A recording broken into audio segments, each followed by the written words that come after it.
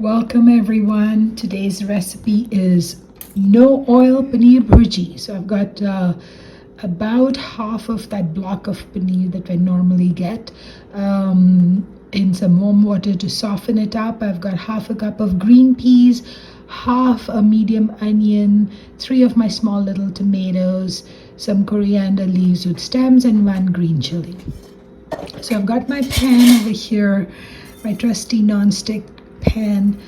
So this paneer bhurji recipe will serve 4 or 2 people for 2 days.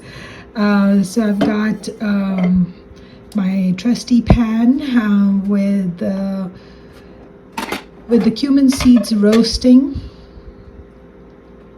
and to this I will add the coriander stems finely chopped, by half onion, and the green chili, and I will dry roast it all together for a little bit, and then cover it for about 2 minutes without adding any water, because the onion has enough water, I felt, and this is a nice non-stick pan, so I knew it wouldn't stick and it would just get a little brown. So here it is after the 2 minutes, and you can see that the onion has nicely cooked. I'm happy with it, so I will add in the diced tomatoes to this. Now here they come. So it was 3 small, so you could use like 1.5 medium maybe. So about the same quantity or a little bit more of the tomatoes. So now I'll stir it all very well, and I will add some salt and spices at this time. So I've got, here's the salt and the turmeric and the red chili powder and a little bit of dhania powder or coriander powder, and that's it. Now the interesting thing is I don't add any ginger or garlic, because I don't like the taste of ginger or garlic combined with paneer. So so there's no ginger or garlic. This masala is just being made with the onions and the tomatoes and the dry spices, and just for flavoring, the fresh herbs are coriander stems and green chilies. And I've added my dry spices. I added a little bit of water just to help it all come together. I'll cover it and I will cook it now for 3 minutes. And after 3 minutes, here's my paneer. I took it out of the warm water and just broke it up roughly by hand. I also added the green peas. So my paneer I don't shred. I mean, you could shred it if you want to, but I like this little lumpy thing as the bhurji. I don't like it fully shredded and then it becomes like a paste. So that's why I just kind of break it up as small as I can, just with my hand, and I feel it's a nice, it's almost like a masala scramble. It's quite nice when you don't shred it.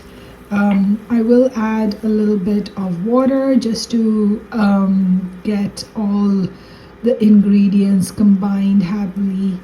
Water is a great way to mix everything up, especially when you're cooking oil-free.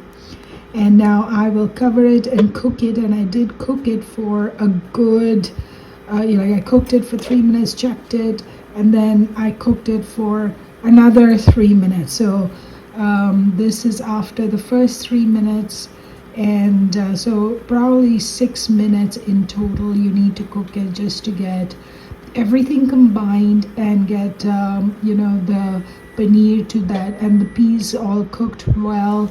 And this is after the second 3 minutes, and at this point you can see the paneer is nicely browning, so that's great. I just like it a little bit brown, and it browns well at this stage after about 6 minutes, and everything is well combined. The paneer has soaked up all the flavors. I've just tasted something so I can adjust the flavors, and I've added a little bit more salt. I do find nowadays, with the summer starting, I've been craving more salt, and I tend to put more salt in all my vegetables, which is not, I did notice that I am putting more salt in. So I did add more salt here and mixed it up. I guess I felt it wasn't salty enough. I will taste it, and now I'm happy with it. And at this point, I'll just spread it out nicely so it browns for about a minute. And at the same time, I'll top it with the coriander leaves and just cover it up and just give it 1 extra minute before I switch it off. And here is my serving. You can see how nicely it's browned. And I had some leftover rajma, the oil-free rajma that I had made, and and 1 roti, and that's our dinner. It was amazing. Hope you try it. It's the no oil paneer bhurji with peas. Enjoy.